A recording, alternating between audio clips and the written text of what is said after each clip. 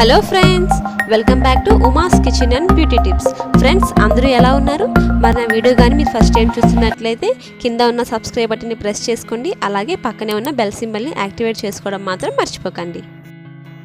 Friends, మీరు చాలా రకాల బిర్యానీలు తినే ఉంటారు కదా, కానీ పనసకాయతో బిర్యానీ ఎప్పుడైనా తిన్నారా? మరి దీని టేస్ట్ అయితే చాలా బాగుంటుంది. మరి ఈ పనసకాయ బిర్యానీ ఎలా ప్రిపేర్ చేసుకోవాలో ఇప్పుడు చూద్దాం. ముందుగా ఒక 500 గ్రామ్స్ పనసకాయ ముక్కల్ని ఈ విధంగా కట్ చేసుకొని ఒక కళాయి పెట్టుకొని ఇందులో ఒక 1 గ్లాసు వాటర్ని యాడ్ చేసుకుంటున్నాను. ఇప్పుడు ఈ వాటర్లో ఒక 1/2 టేబుల్ స్పూన్ పసుపు, ఒక 1/2 టేబుల్ స్పూన్ సాల్ట్ని కూడా వేసుకోవాలి. శుభ్రంగా కడిగి పెట్టుకుని ఈ పనసకాయ ముక్కలన్నీ కూడా ఇందులో వేసుకోవాలి.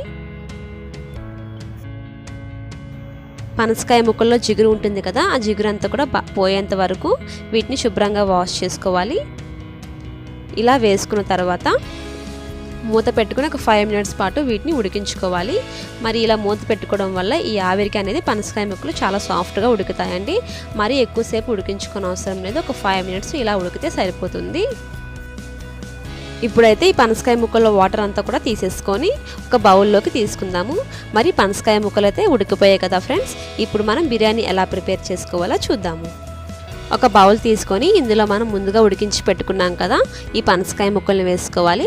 అలాగే ఒక 2 టేబుల్ స్పూన్ కారం, మీ టేస్ట్కి సరిపడా సాల్ట్ని వేసుకోండి. ఆల్రెడీ మనం పనసకాయ ముక్కల్ని ఉడికించుకున్నప్పుడు సాల్ట్ వేసుకున్నాం కాబట్టి ఇక్కడ చూసి వేసుకోండి. నేనైతే ఒక 1 టేబుల్ స్పూన్ యాడ్ చేసుకున్నాను. ఒక 1 table spoon garam masala, 1 table spoon ధనియాలు జీలకర్ర పౌడర్, 4 టేబుల్ స్పూన్ పెరుగును మరీ ఎక్కువగా యాడ్ చేసుకోకండి, స్పైసీనెస్ పోతుంది. ఒక 2 to 3 టేబుల్ స్పూన్ నెయ్యిని యాడ్ చేసుకుంటున్నాను. నెయ్యి అవైలబుల్లో లేకపోతే మీరు ఆయిల్ని కూడా యూస్ చేసుకోవచ్చు. ఒక నిమ్మకాయ రసాన్ని అంతా కూడా ఇందులో వేసుకోవాలి.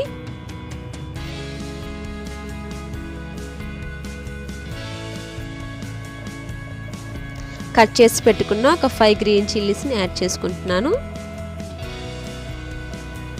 కొంచెం కొత్తిమీర అన్నీ వేసుకున్న తర్వాత మసాలా అంతా కూడా ముక్కలకి బాగా పట్టేలాగున బాగా కలుపుకోండి.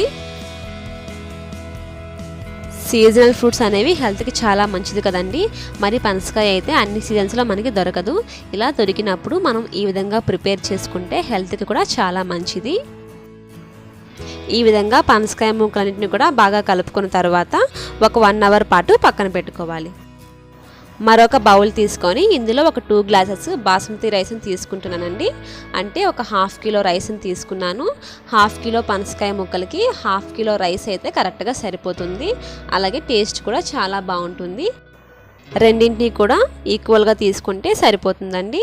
ఇప్పుడు ఇందులో సరిపోయినంత వాటర్ని యాడ్ చేసుకొని ఒక 1 అవర్ పాటు నానబెట్టుకోవాలి.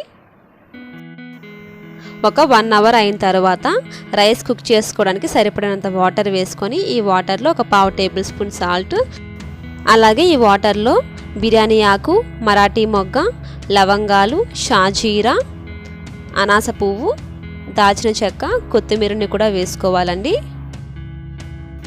అలాగే రైస్ అంతా కూడా పొడి పొడిగా రావడం కోసం ఈ వాటర్లో ఒక 2 టేబుల్ స్పూన్ ఆయిల్ని యాడ్ చేసుకుంటున్నాను. ఇవి వేసుకున్న తర్వాత ఈ వాటర్ని బాగా బాయిల్ చేసుకోవాలి. చూసారా, ఈ విధంగా కొంచెం బాయిల్ అయిన తర్వాత మనం ముందుగా 1 అవర్ పాటు నానబెట్టుకున్న ఈ బిర్యానీ రైస్ అంతటినీ కూడా ఇందులో వేసుకోవాలి. ఈ రైస్ అంతటిని కూడా ఒక 80% ఉడికించుకోవాలండి. మరీ ఎక్కువగా ఉడికించుకోకూడదు, ఒక 80% ఇలా ఉడికితే సరిపోతుంది. చూసారా, ఈ విధంగా 80% రైస్ ఉడికిన తర్వాత ఈ వాటర్ అంతటిని కూడా స్ట్రెయిన్ చేసేసుకోవాలి. రైస్ అంతటిని కూడా మరొక గిన్నెలోకి షిఫ్ట్ చేసుకుంటున్నాను.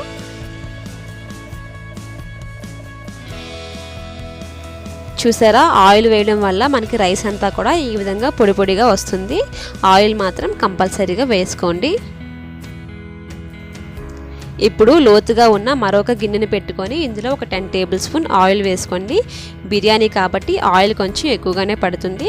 ఆయిల్ కొంచెం హీట్ అయిన తర్వాత ఇందులో గరం మసాలా అంతటిని కూడా యాడ్ చేసుకుంటున్నాను. మనం ఆల్రెడీ రైస్లో యాడ్ చేసుకున్నాం కాబట్టి ఇక్కడ కొంచెం మాత్రమే యాడ్ చేస్తున్నాను. ఈ గరం మసాలా కొంచెం ఫ్రై అయిన తర్వాత ఒక 1 కప్పు సన్నగా కట్ చేసి పెట్టుకుని ఆనియన్స్ని కూడా వేసుకోవాలి. ఆనియన్స్ అనేది బ్రౌన్ కలర్ వచ్చేంత వరకు కూడా ఫ్రై చేసుకోవాలండి. చికెన్ మ్యారినేట్ చేసినప్పుడు నేనైతే బ్రౌన్ ఆనియన్స్ వేయలేదండి. మరి అలా వేయడం కన్నా ఇలా ఆనియన్స్ అనేది ఇలా ఫ్రై చేసుకుంటేనే మనకి బిర్యానీ అనేది చాలా గ్రేవీగా ఉంటుందండి. ఆనియన్స్ అనేవి ఈ విధంగా ఫ్రై అయిన తర్వాత ఇందులో ఒక 1 టేబుల్ స్పూన్ అల్లం వెల్లుల్లి పేస్ట్ని యాడ్ చేసుకుంటున్నాను. అల్లం వెల్లుల్లి పేస్ట్ అంతా కూడా పచ్చివాసన పోయేంత వరకు ఈ విధంగా ఫ్రై చేసుకుంటూ ఉండాలి.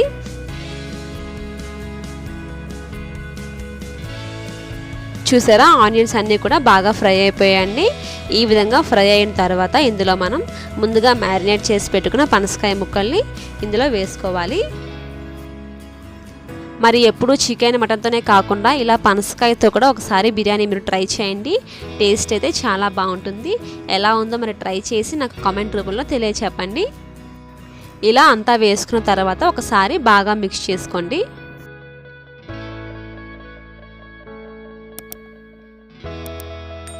ఇలా అంతా కలుపుకున్న తర్వాత ఒక 80% మనం కుక్ చేసుకు పెట్టుకున్నాం కదా, ఈ రైస్ అంతటిని కూడా ఇందులో యాడ్ చేసుకుందాము. ఈవెన్గా స్ప్రెడ్ చేసుకోండి రైస్ అంతటిని కూడా.